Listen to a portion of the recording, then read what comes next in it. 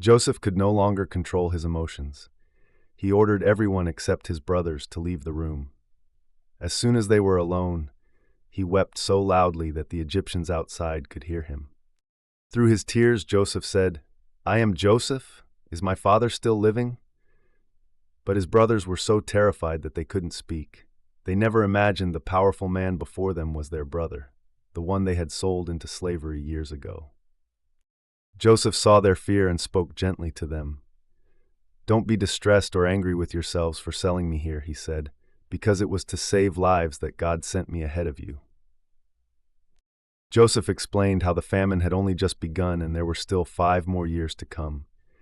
God had sent Joseph ahead to preserve their family and save many lives. "So it was not you who sent me here, but God," Joseph said. Joseph told them to hurry back to their father, Jacob, and bring their entire family to Egypt.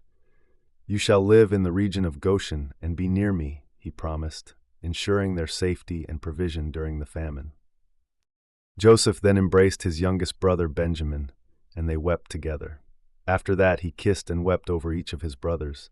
Finally, they began to speak freely with him, reunited at last. When Pharaoh heard about Joseph's brothers, he was pleased.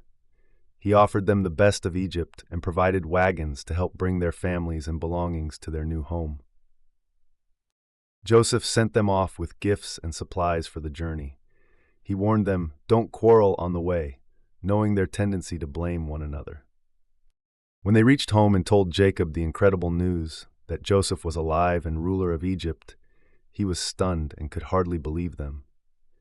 But when he saw the wagons and gifts Joseph had sent, his spirit revived.